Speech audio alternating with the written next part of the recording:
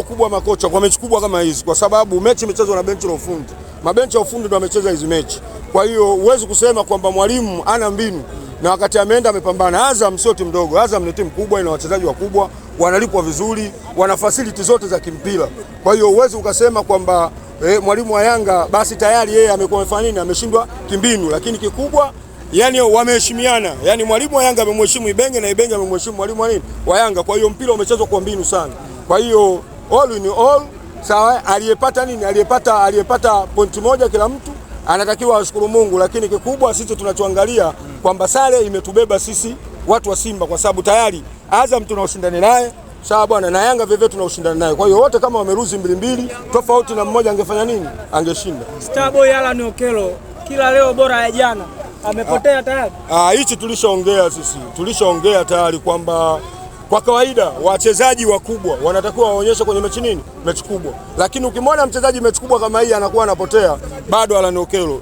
Ligi ya Uganda ni ligi nyepesi. Huwezi kufanisha ligi ya Tanzania. Ligi ya Tanzania ni ngumu sana. Kwa hiyo bado anatakiwa apewe muda ili aweze kufanya nini, kugeni kitu chochote kuelekea kucheza katika ligi ya Tanzania. Kumkosa Dickson Job ni kama kumeonyesha pengo. Bakari Nondo Mwamnyeto, mara kadhaa wadau wa soka, mashabiki wanampigia kelele zile tani zake.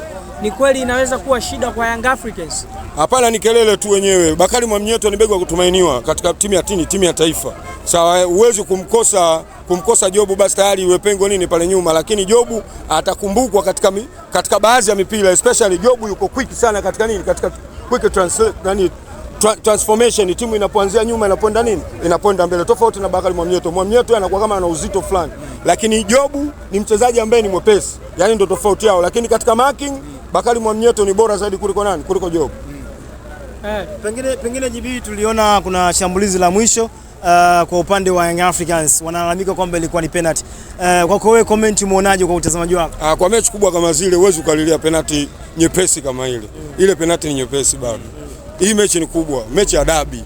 Sawa, kwa hiyo penalty zake zinatakiwa ile penalty kabisa ionekane hii ni nini? Hii ni penalty. Huwezi ukapoa penalty nyepesi. Sema kwa sababu dakika zilikuwa zimeisha na watu wanataka matokeo, ndio maana unakuta mashabiki wanapiga nini? Wanapiga kelele. Lakini refa leo amemudu mchezo, amechezesha mchezo vizuri. Umeona bwana, maraismen wote walikuwa wako makini. Lakini kikubwa tuwape congratulation marefa wetu kama wameanza kubadilika kuelekea kwenye kuiandaa AFCON, kwa sababu inaweza ikaja kwa aibu. Mnaandaa AFCON afu hamna refa wala hamna nini? Linesman hata mmoja. Kwa hiyo kikubwa marefa wanatakiwa wakaze kamba bado.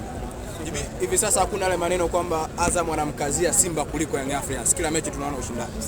Kila mtu anahitaji kufanya nini? Anahitaji kupambana sawa katika ligi. Kwa hiyo kikubwa uwezi ukafanya nini? Uwezi ukachukulia kwamba Azam anamwachia Yanga kwa sababu bado ndo kwanza mechi ya kwanza. Hii mara nyingi zinakuwa zile mechi za mwisho. Mechi za maamuzi ndio unakuwa ujinga unafanya nini? Unatokea, lakini sasa hivi kila mtu ameshaonja utamu wa nini wa mashindano ya klabu bingwa. Kwa hiyo ndio maana unakuta Azam anakaza, Simba anakaza, Yanga anafanya nini? Anakaza, kwa sababu kikubwa kinachogombaniwa sasa hivi hapa kwanza ni nafasi mbili, ubingwa baadaye. Timu 16, bingwa anahitajika ni mmoja, lakini kikubwa upate zile nafasi mbili, nafasi ya kwanza na ya pili, ili uweze kwenda kushiriki mashindano ya nini? Klabu bingwa. Ukikosa basi udondokea shirikisho. Kwa hiyo ndio maana umeona kuna timu zimekaza. JKT leo mpaka leo bado amekaza, yuko nafasi ya ngapi? Nafasi ya 3, lakini kikubwa naye vile vile anahitaji kufanya nini? Anahitaji kupambana ili aweze kupata kucheza katika mashindano ya nini? Ya kimataifa. Shukrani sana. Asante sana.